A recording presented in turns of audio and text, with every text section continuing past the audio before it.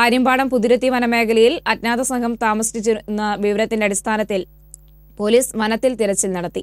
വനംകൊള്ള സംഘമാണ് തമ്പടിച്ചിരുന്നതെന്ന് സംശയിക്കുന്നതായി പോലീസ്. ആര്യമ്പാടം പുതുരുത്തി വനമേഖലയിൽ അജ്ഞാത സംഘം താമസിച്ചിരുന്നതായി പ്രദേശവാസികൾ അറിയിച്ചതിനെ തുടർന്നാണ് പോലീസ് വനത്തിൽ പരിശോധന നടത്തിയത്. Vadakkanchery SI A. Noufal, Erumapetty SI Anoop മോൻ എന്നിവരുടെ നേതൃത്വത്തിൽ തോക്കടക്കമുള്ള ആയുധധാരികളായ പോലീസ് സംഘമാണ് വനത്തിൽ റെയ്ഡ് നടത്തിയത്.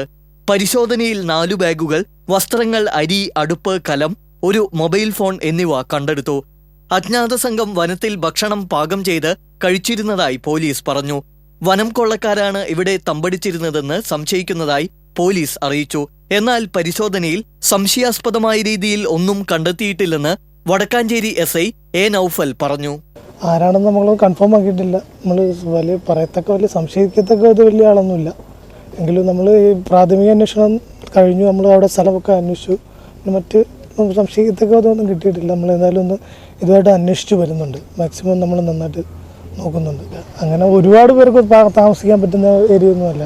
അങ്ങനെ വലിയ പറയത്തക്ക ഒന്നുമില്ല. കാരണം ഒരു ദുഷ്കരമായ ഒരു പ്ലേസാണ്.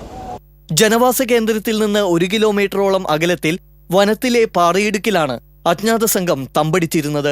ചന്ദനമരങ്ങൾ മുറിച്ച രീതിയിൽ കണ്ടെത്തിയതിനാൽ ചന്ദനമോഷ്ടാക്കളാണ് വനത്തിൽ താമസിച്ചിരുന്നതെന്ന് സംശയമുണ്ടെന്ന് പോലീസ് പറഞ്ഞു.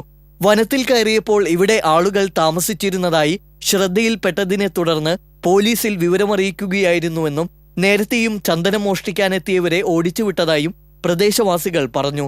ഞങ്ങൾ ഇറങ്ങി വന്നു, അങ്ങനെ പോലീസിൽ അറിയിച്ചു. അപ്പോൾ അവർ കൂടി ഇന്ന് എല്ലാവരും കൂടി പോയി നോക്കിയപ്പോൾ 4 ബാഗ് കിട്ടിയിട്ടുണ്ട്. പിന്നെ അവരുടെ ഭക്ഷണം ഒക്കെ ഉള്ളത് കിട്ടി. ഏറെ പ്രയാസപ്പെട്ടാണ് പോലീസുകാർ പരിശോധനയ്ക്കായി വനത്തിൽ എത്തിപ്പെട്ടത്. നാട്ടുകാരുടെ സഹായത്തോടെയായിരുന്നു പോലീസിന്റെ പരിശോധന. പുതുരുത്തി വനത്തിൽ അജ്ഞാതർ താമസിച്ചിരുന്ന സംഭവത്തിൽ കൂടുതൽ അന്വേഷണം ആരംഭിച്ചതായി പോലീസ് അറിയിച്ചു. TCV news, Thrissur.